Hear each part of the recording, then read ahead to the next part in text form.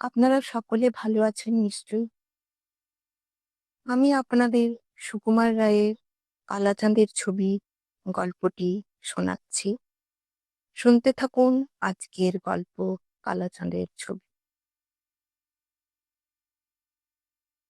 কালাচাঁদ নিধিরামকে মারিয়াছে, তাই নিধিরাম হেডমাস্টার মশাইয়ের কাছে নালিশ করিয়াছে। হেডমাস্টার আসিয়া বলিলেন, কি হে কালাচাঁদ, তুমি নিধিরামকে মেরেছ?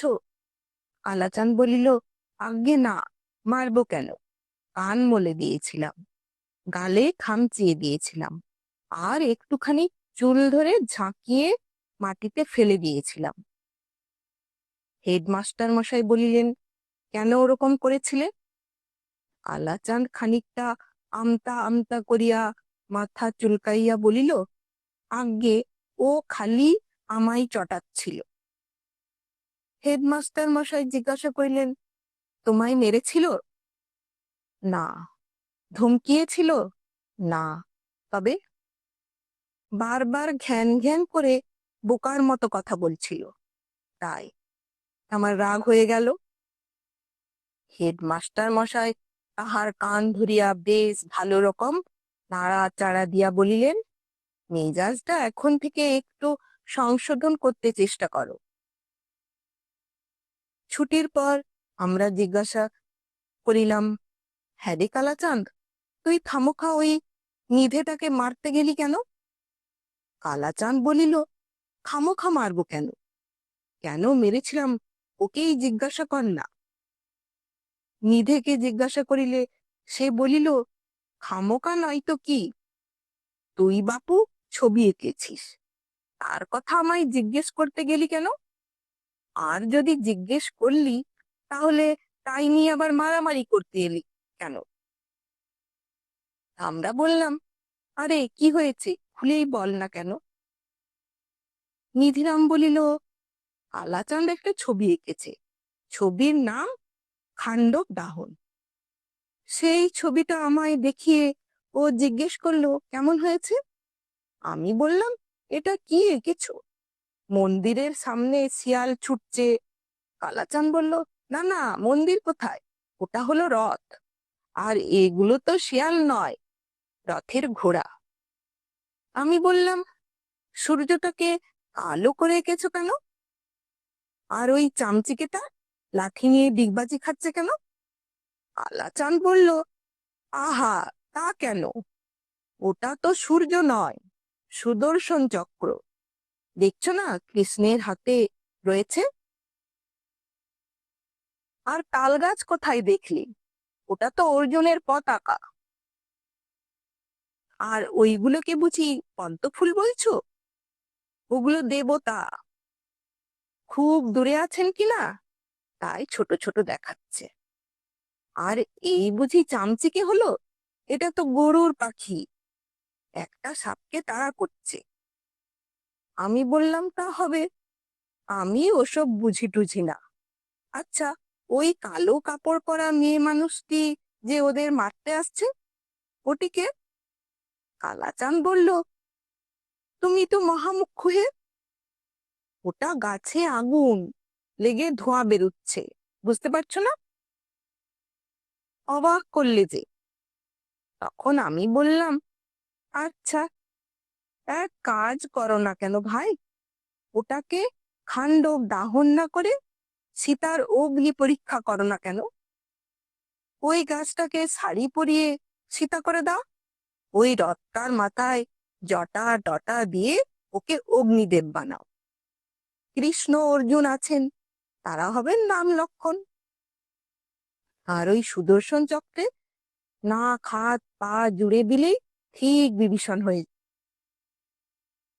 তারপর চামচিকের পিছনে একটা লম্বা ল্যাজ দিয়ে তার ডানা দুটো মুছে দাও, ওটা হনুমান হবে এখন।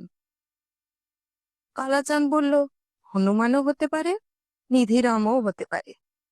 আমি বললাম, তাহলে ভাই আরেক কাজ কর, ওটাকে শিশুপাল বধ করে দাও, তাহলে কৃষ্ণকে বদলাতে হবে না। চক্র তুলে শিশুপালকে মারতে যাচ্ছেন, অর্জুনের মুখে পাকা গোপ দাড়ি দিয়ে খুব সহজেই ভীষ্ম করে দেওয়া যাবে। আর রথটা হবে সিংহাসন, তার উপর যুধিষ্ঠিরকে বসিয়ে দিও। আর ওই যে গরুর আর সাপ, ওইটা একটু বদলিয়ে দিলে গদা হাতে ভীম হয়ে যাবে। আর শিশুপাল তো আছেই, ওই গাছটাকে একটু নাক মুখ ফুটিয়ে দিলেই হবে। তারপর রাজযজ্ঞের কয়েকটা রাজাকে দেখালে ব্যাস।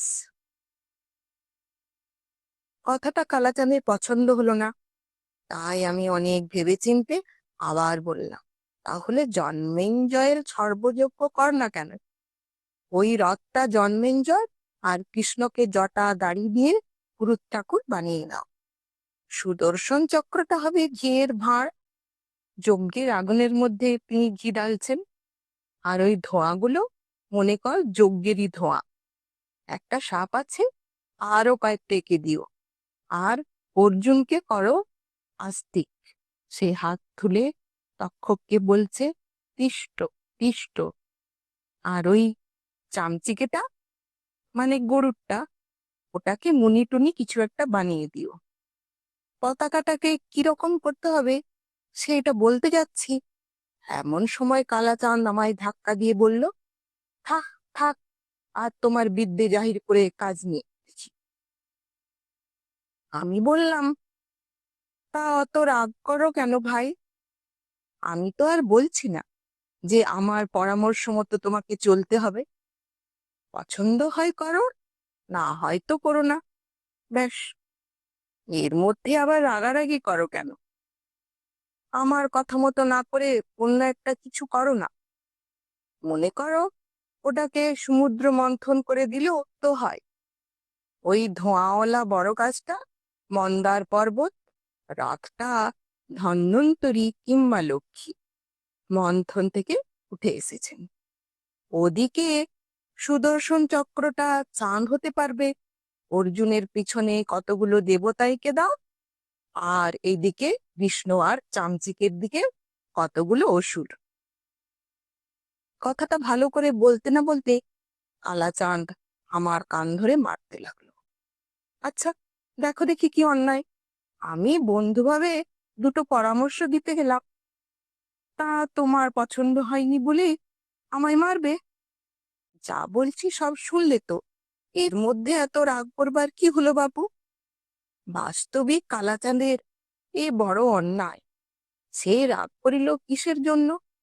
নিধিরাম তাহাকে মারে নাই, ধরে নাই, বকে নাই, গাল দেয় নাই, চোখ রাঙায় নাই, মুখ ভ্যাংচায় নাই, তবে রাগ করিবার কারণটা কি?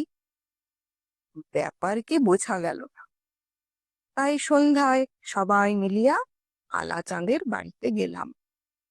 আমি বলিলাম, ভাই কালাচাঁদ, আমরা তোমার সেই ছবিটা দেখতে চাই, সেই যে সমুদ্র লঙ্ঘন নাকি যেন। রামপ্রসাদ বলিল, দূত, সমুদ্র লঙ্ঘন কিসে? অগ্নি পরীক্ষা। আর একজন কে যেন বলিল, না না, কি একটা বধ, কেন জানি না। কালাচাঁদ হা হা করিয়া একেবারে তেলে বেগুনি জ্বলিয়া উঠিল। যাও, ইয়ার কি করতে হবে না, বলিয়া সে তাহার ছবির খাতাখানি ফড় করিয়া ছিঁড়িয়া ফেলিল, আর আগে গজরাইতে লাগিল। আমরা হতভম্ব হইয়া রহিলাম। সকলেই বলিলাম, কালাচাঁদের মাথায় বোধ হয় একটু পাগলামির ছিট আছে, নইলে সে খামোখা এত রাগ করবে কেন? ধন্যবাদ। সকলে ভালো থাকবেন।